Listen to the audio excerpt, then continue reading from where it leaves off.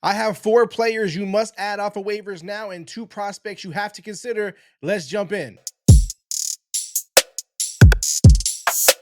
What up and welcome to Rival Fantasy. I am your host, Neil Maligno, and of course, as you see in the title, we are discussing fantasy baseball waiver moves. I know we're dealing with all kinds of stuff, whether it's players who just are not playing hot at the moment, whether it's injuries, whether you just had that spot in your lineup you need to fill. I have 2 pitchers for you, 2 hitters for you, and I have 2 prospects that we're going to discuss at the end. Let's go ahead and hop in. I'm going to start with the pitchers. Hunter Brown is still under 70% rostered on most platforms.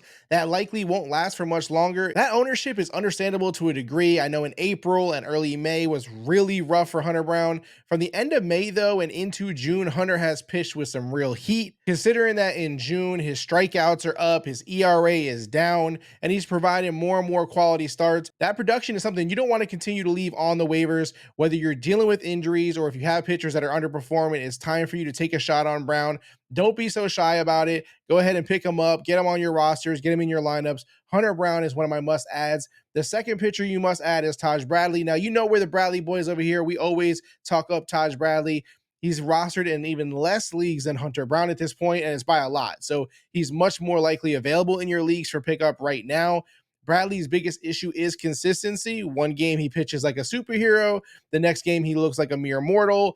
And that's probably why he's available in a lot of these leagues. The fact is he has upside, though, that makes him so enticing that he needs to be added to your rosters today. Now, as long as Taj stays healthy, I mean, he should continue to pitch better and better, get more consistent, throw in those elite level ace games that he has. And Bradley is not a player that you want to leave floating around on waivers.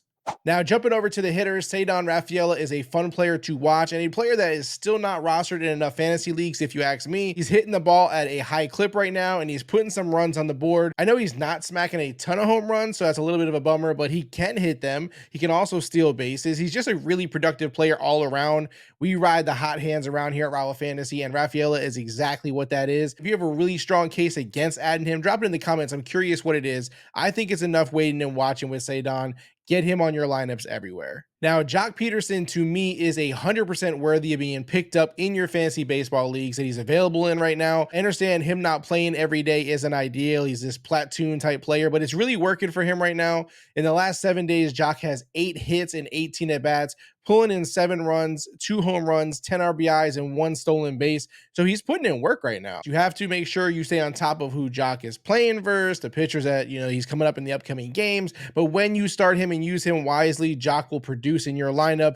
Get him on your rosters now. Before I get into the prospects that I think you should add this week, I do want to mention, if you aren't subscribed to the show, go ahead, hit that subscribe button. We make these episodes quick hitting, so you don't have to sit here and waste too much time. You can make the moves needed to win in your fantasy leagues. Any player you're wondering about, go ahead and drop your questions in the comments. We'll be happy to answer them. Now on to the prospects. Orelvis Martinez was called up to the majors with the injury to Bo Bichette, but Martinez has been ripping it up in the minors, and fans have been waiting on this call up again. Not hoping for Bichette to get injured, but just hoping for Martinez to get played and called up here. So right now, Blue Jays have already said they won't force him into games. So this might not be exciting as we thought originally, as much as we hoped for. So we got to kind of temper it a little bit. They did acknowledge, though, that his bat is dangerous. Let's see how long they can actually hold him out for and hold that bat away from us for. Bo Bichette also isn't expected to miss an extended period of time. We haven't heard any updates past the initial stint. So we'll see. Martinez's call up could be nothing or it could be more. So we'll see. I say add him, get him on your rosters. Obviously it's speculative, but now that he's called up, at least we're getting a little more reason for our hope and our optimism. Get him on your rosters and let's see how he plays. This next prospect, on the other hand, has been called up recently and is playing. Ben Rice was called up by the Yankees. He's active in the lineup. So it's a little different than the Martinez situation. Well, honestly, it's a lot different. I mean, again, Martinez has a lot of potential, but Rice is actually playing. So that's a little bit different. We aren't sure if and when Martinez will get in action. Rice is in it right now. Rice is, again, another prospect that was crushing it for the most part in the minors. Injuries opened up a way for him, as some of these prospect situations do. Rice has catcher eligibility as well, so that's even more upside on top of the good hitting ability, on top of being in the Yankees lineup.